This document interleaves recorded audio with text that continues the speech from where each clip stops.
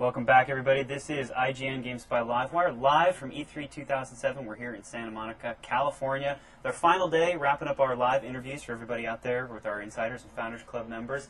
I'm Sean Flynn, Spiff, out in the Insider chat room, which you can access to send questions directly to our guests today by going to insider.ign.com, hitting the Insider chat button. Or if you're tuned into video, just hit the Insider chat button down below the player. You'll fire right in there. I'll be scanning for your questions all day throughout the interviews. And to kind of close us out here, we've got a great interview this afternoon with the Age of Conan guys. We're a little late getting onto air because we were going to do kind of a cool demo. We're going to actually be bringing that to you later on the Insider channel. But joining us right now is Jürgen Thorelson. He's the product director for Funcom on Age of Conan. Jürgen, welcome. And I see that you brought a couple of guests with you. Yeah. Thank you. You want to introduce the slave girls, I think it is, that you brought? Lisa. Yes. And Rebecca. It's a Conan game we're making. Of course, there's slave girls. That's right.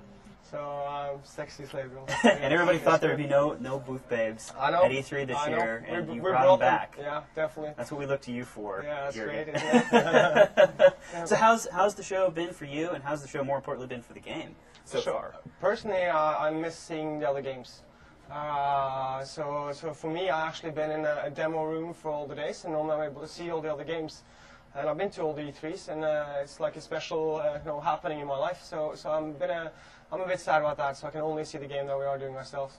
On the other hand, that game has been getting incredible feedback, and everybody's seeing it, so like amazed by it, and it's just been really, really good going here, because we get like groups of 10 people coming in for the live demos, and they're all truly impressed, and to get that kind of feedback straight back from them is really good, especially we're a few months away from launch now, and what they're seeing is what we actually have, and what they will get, and that they really like it. That's great for us. Absolutely, absolutely. So, what kind of special things are you showing off at E3 that you haven't shown off before? Showing all new areas. We're showing 3 new areas that we have never shown before. We're showing level 80, top level areas. We show our dungeons for the very first time. We show a raid gameplay for the very first time. And we also show and talk about our pet system for the very first time. This is stuff we never revealed before or shown at all. We also show an invasion by the Vanir into a Sumerian village, as well as showing some of the very advanced emote system we have in the game, like playing around drunk and combing your hair and burning man and lots of other cool stuff you can actually trigger in the game. Awesome.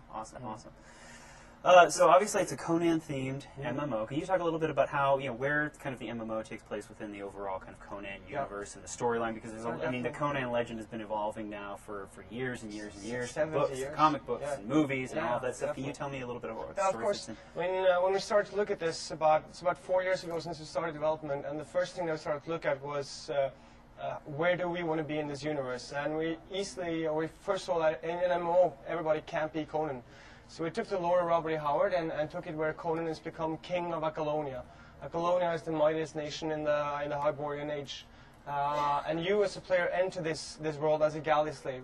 So if you're a guy, you sit there and row, and if you're a girl, you are chained to the back performing other services.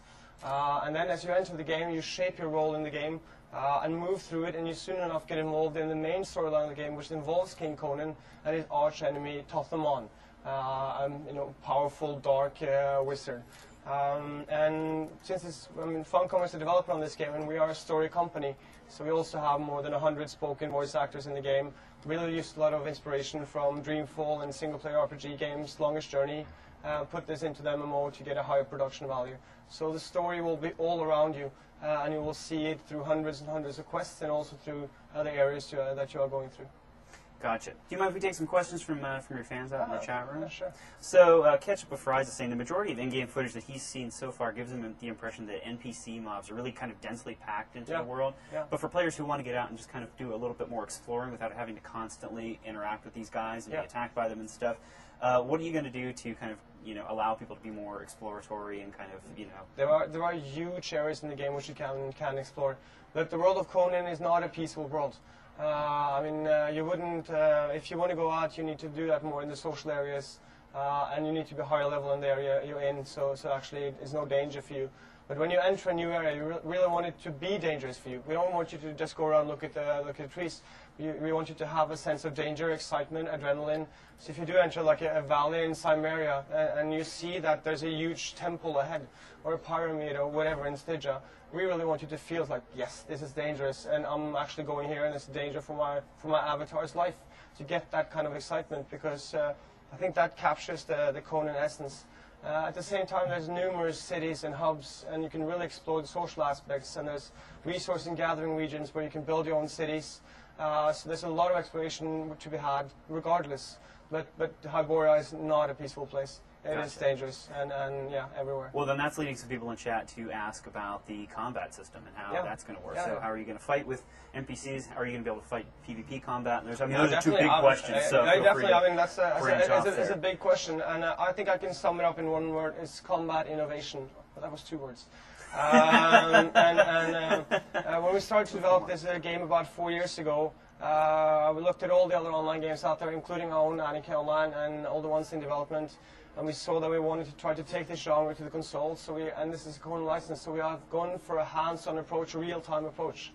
So if you're a melee fighter in the game, you can do combos in real time. You hit in real time. You have 5 different directions you hit in.